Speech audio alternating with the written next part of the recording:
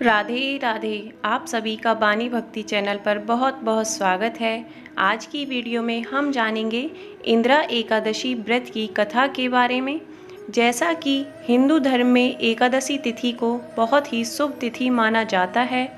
इस दिन भगवान विष्णु जी की आराधना के लिए एकादशी का व्रत रखा जाता है।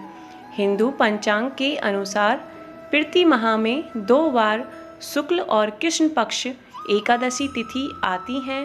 इस प्रकार 12 महीनों में 24 एकादशी तिथियां आती हैं। यदि अधिक मास जोड़ दिया जाए तो इन तिथियों में 2 एकादशी बढ़ने के कारण 26 एकादशी तिथियां होती हैं। शास्त्रों में एकादशी को हरि का दिन और हरिवासर नाम से भी जाना जाता है।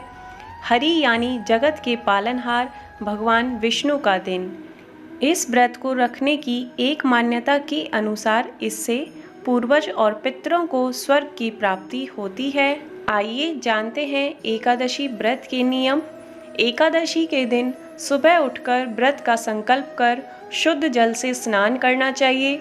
विधि अनुसार भगवान श्री कृष्ण का पूजन और रात को दीपदान करना चाहिए। एकादशी की रात भजन कीर्तन अवश्य करना चाहिए। व्रत की समाप्ति पर श्री हरि से अनजाने में हुई भूल और पाप के लिए क्षमा मांगनी चाहिए। एकादशी के दिन अन्न को ग्रहण नहीं करना चाहिए। अगले दिन यानी द्वादशी तिथि पर पुनः भगवान का पूजा कर ब्राह्मणों को भोजन खिलाना चाहिए। भोजन के बाद ब्राह्मण को क्षमता के अनुसार दान देकर विदा करना चाहिए। तो चलिए जानते हैं अब इंदिरा एकादशी व्रत के महात्म्य के बारे में और व्रत की कथा के बारे में। धर्मराज युधिष्ठिर बोले, हे भगवान, अश्विन मास के कृष्ण पक्ष की एकादशी का क्या नाम है, उसकी विधि और फल क्या है, सो कृपा करके कहिए।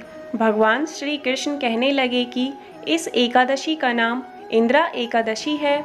इस एकादशी का व्रत करने से समस्त पाप नष्ट हो जाते हैं तथा नरक में गए पितरों का उद्धार हो जाता है।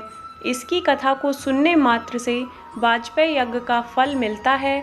सतयुग में महिषीमती नाम की नगरी में इंद्रसेन नाम का एक अत्यंत प्रतापी राजा राज्य करता था। एक समय जब राजा अपनी राजसभा में सुखपूर्वक बैठा था, महर्षि नारद आकाश मार्ग से उतरकर वहां आए।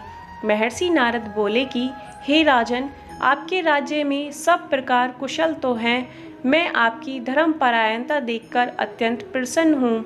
तब राजा ने कहा, हे महर्षि, आपकी कृपा से मेरे राज्य में सब सकुशल हैं। इस पर नारद जी कहने लगे, हे राजन, मुझे महान आश्चर्य हो रहा है कि एक समय जब मैं ब्रह्मलोक से यमलोक गया था तो उस जगह यमराज की सभा के मध्य मैंने तुम्हारे पिताजी को बैठा देखा था।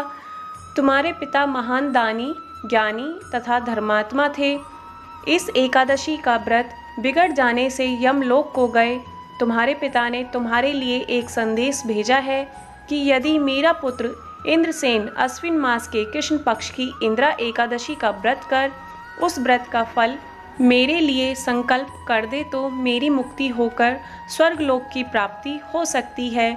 जब राजा ने महर्षि नारद जी के इन वाक्यों को सुना तो उन्हें महान दुख हुआ। उसने कहा, हे महर्षि, आप इस व्रत की विधि मुझसे कहिए।